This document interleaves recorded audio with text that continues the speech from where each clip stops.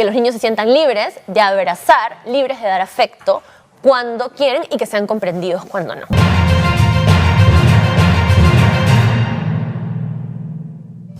Bueno, nos metemos en otros asuntos. Ustedes recordarán que el lunes pasado estuvo con nosotros Carla Gamberini, que es nuestra experta, la más capa de capas en nativa, en los temas de educación. Y estuvimos hablando de educación sexual integral.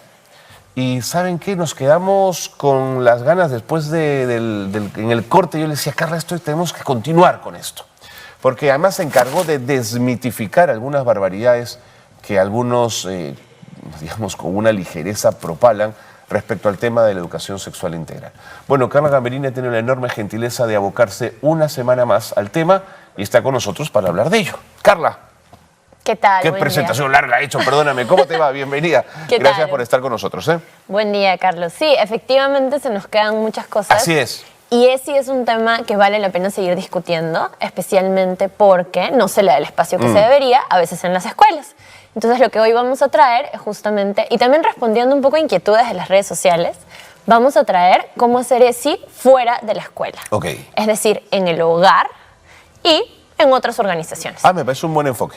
Y para eso nos vamos a apoyar en una guía que hace ya algunos años, de hecho en el 2017, me pareció 18, lo publicó Save the Children Perú, que se llama Respuestas fáciles para preguntas difíciles. Okay.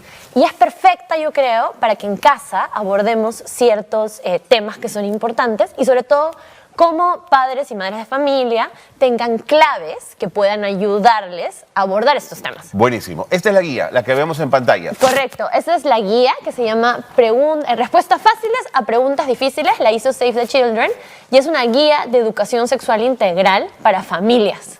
Y esa es la gran pregunta a veces de las familias, porque la vez pasada decíamos, tienen que involucrarse. ¿Cómo nos involucramos? Buenísimo. Aquí tienen una guía totalmente libre y descargable para hacerlo. Entonces, lo que yo he traído son algunos ejemplos de estas preguntas difíciles. Vamos con ello. Para que luego la gente las pueda consultar, porque son bastantes más. Entonces, vamos con ello. Primero, las claves. Creo que lo más importante cuando abordamos estos temas en casa es saber que no existen respuestas correctas o incorrectas ante preguntas y dudas de la ESI. Okay. Son espacios de reflexión donde la idea es que tanto niños, niñas y adolescentes como adultos puedan contribuir y puedan decir lo que piensan. Entiendo. Entonces sean espacios seguros. Lo que sí existen son formas mejores o peores de abordar las cosas. Ignorar, alarmarse, tener miedo, evitar, es de las peores. Okay. Porque ya lo habíamos dicho también, la ESI se aprende, la enseñemos o no. Entonces mejor lo abordamos y lo abordamos sin alarma. Muy bien. Con tranquilidad. Entonces, he traído ejemplos y que además son ejemplos que de repente van a ser controversiales, pero de cosas que suceden en casa y que padres, madres, la guía tal cual nos dice, padres, madres, a veces no saben cómo abordar esto. Entonces, por ejemplo, ¿no? Situación donde estamos con los niños de 0 a 3 años, de los más chiquitos, y la preocupación en ESI además siempre son ¿qué hacemos con los más chiquitos? Entonces, por ejemplo, ¿no? Un niño está ante alguna persona y los padres, madres, a pesar de que el niño de repente a veces no tiene una reacción tan positiva, le dicen, oye, míralo, pero dale un beso. O viene un adulto y le dice a un niño, si no me das un beso y un abrazo, lloro. ¿No? Entonces son esas situaciones que se le ponen al niño. Y esto es una de las preguntas difíciles de 0 a 3 años, ¿cómo abordamos este caso? Y lo primero que creo que es importante saber es que en este tipo de casos es necesario respetar el derecho de niñas y niños a dar abrazos o no hacerlo.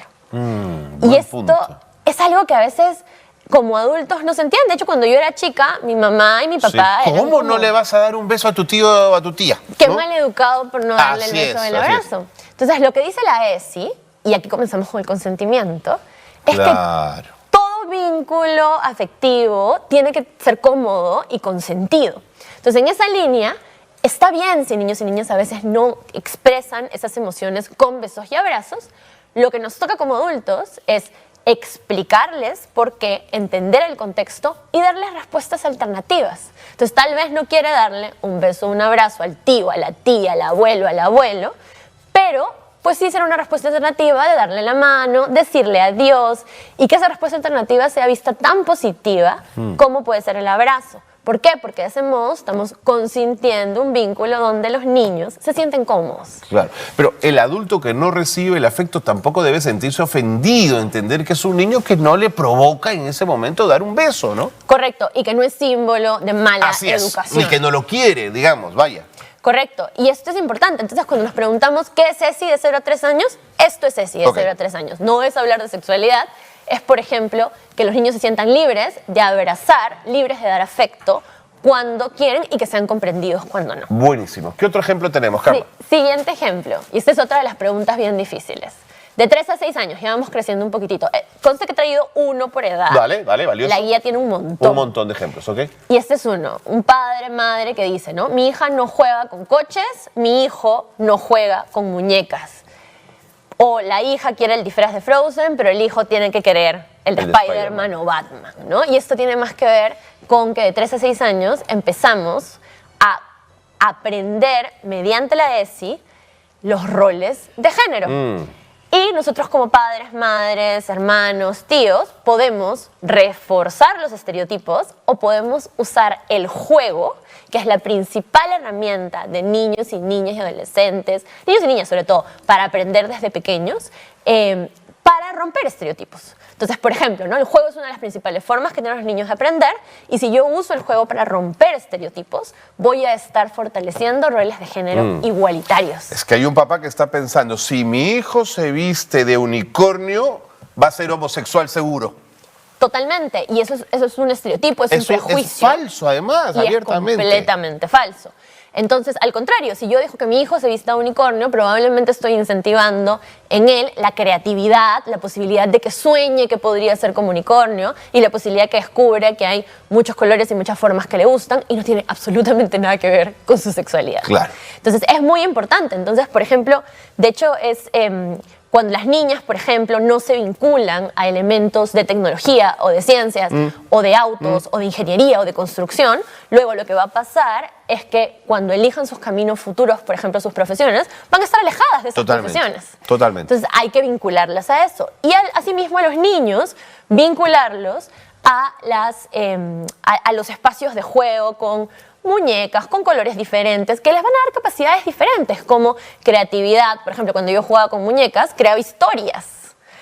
Eso puede hacerlo un niño también. Claro. Saber No, que yo los escucho a juguetes... algunos papás decir, no, mi hijo no juega con muñecas. Nuevamente lo mismo, ¿no? Estos estereotipos tan duros que están ahí. Exacto, y es tan básico. Por ejemplo, ahora que vimos todo el boom Barbie y vimos a todos, niños, niñas, hombres, mujeres vestidos de rosado, era algo que a muchas personas todavía les chocaba. Pero esto es totalmente posible y desde niños, con el juego, podríamos entonces usar para enseñar ese juego, reforzando roles de género igualitarios y no perpetuando estereotipos.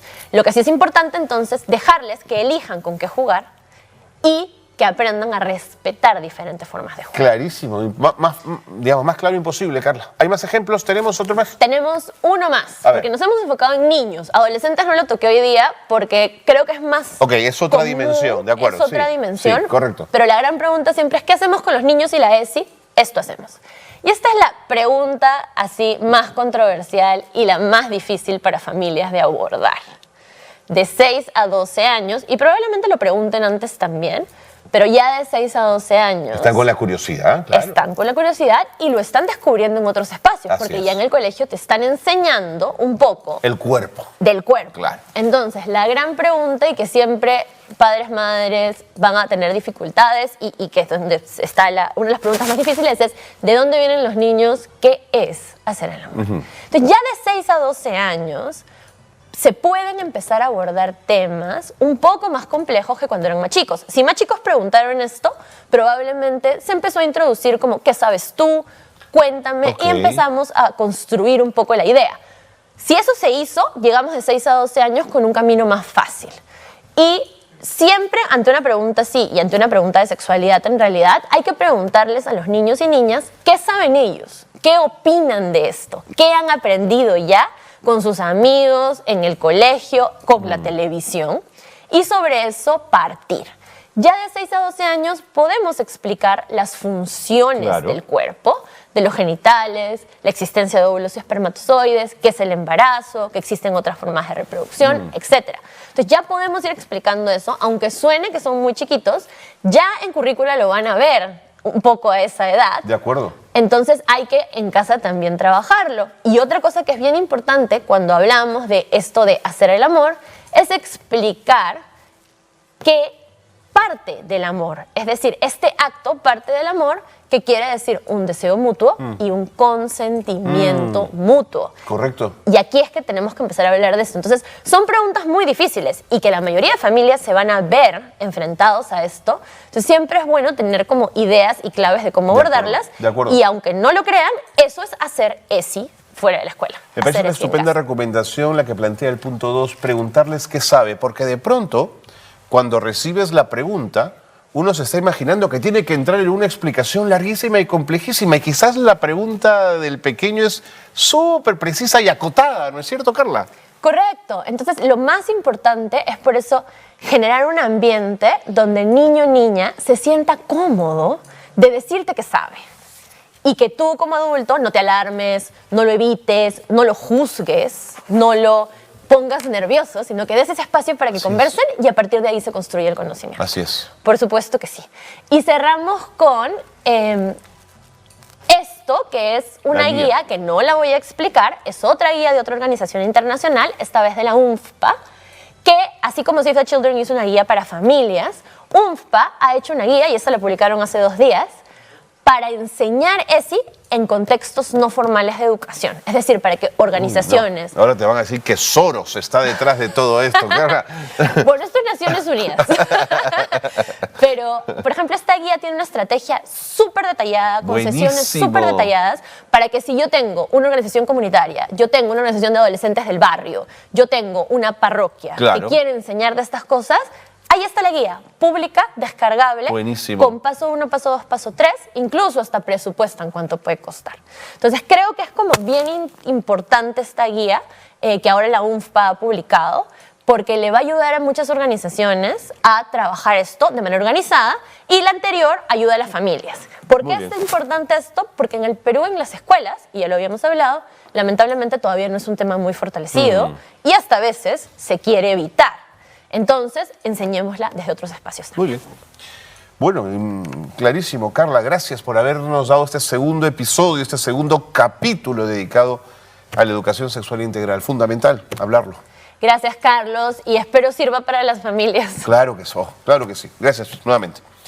Carla Gamberini ha estado con nosotros, nuestra especialista en educación, segundo día que se lo dedica a la educación sexual integral. Si ustedes siguen las redes sociales de Nativa, ahí van a encontrar también los comentarios de Carla, pueden comunicarse con ella, preguntarle lo que deseen. Ella está dispuesta a conversar con ustedes de estos temas.